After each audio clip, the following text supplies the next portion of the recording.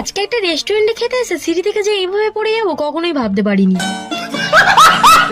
বিষয়টা একটু ব্যাখ্যা করবে? আসলে হয়েছে এমনটা, এসেছিলাম পড়তে, পড়া ছুটি হয়ে যেতে খুব জোর খিদে পেয়ে গিয়েছিল, তাই আমরা তিনজন মিলে ঠিক করলাম আজ একটা রেস্টুরেন্টে খেতে যাবো। সেই মতন আমরা তিনজন যাচ্ছি এখন একটা রেস্টুরেন্টে। আর এইদিকে দেখো এত জোরে এর খিদে পেয়ে গেছে হাতের নখগুলোই খাচ্ছে, একে আর একটাও নখ অবশিষ্ট রাখেনি। যাই হোক দেন আমরা টোটো করে চলে এলাম উৎসব রেস্টুরেন্টে উৎসব করতে, মানে খাবার খেতে। রেস্টুরেন্টে এসে কি খাবার খাবে এটা ডিসাইড করতে করতে এরা আধ ঘন্টা কাটিয়ে দিল। ফাইনালি খাবার অর্ডার করে কিছুক্ষণ বসেই ছিলাম, ঠিক তখনই নে ভাই ছবিটা তোল। আরে তোল, ছবি না তুলে ভিডিও করছে মনে। যাই হোক এই করতে করতে আমাদের খাবারও চলে এলো। আমরা অর্ডার দিয়েছিলাম বিরিয়ানি, প্রাণ ফ্রাইড মোমো আর চিকেন ললিপপ। সবার খুব জোর খিদে পেয়ে গেছিল বলে এক এক করে সব খাবারগুলো খেয়ে নিলাম। বাড়ি যাওয়ার পথে আমি বেশি শান্ত তো, তাই সিঁড়ি থেকে পড়ে গেলাম। সেটা বড় কথা না, বড় কথা হচ্ছে আমি পড়ার পর 5 মিনিট হেসে আমার বান্ধবী আমাকে তুলতে এলো। পড়ে গেলেও যে ট্রিট দিতে হয় এটা এদের কাছ থেকেই জানলাম। আমি এখন ব্যথা নিয়ে বাড়ি যাই, তোমরা সাবস্ক্রাইব করো যাতে ব্যথাটা কমে যায়। বাই।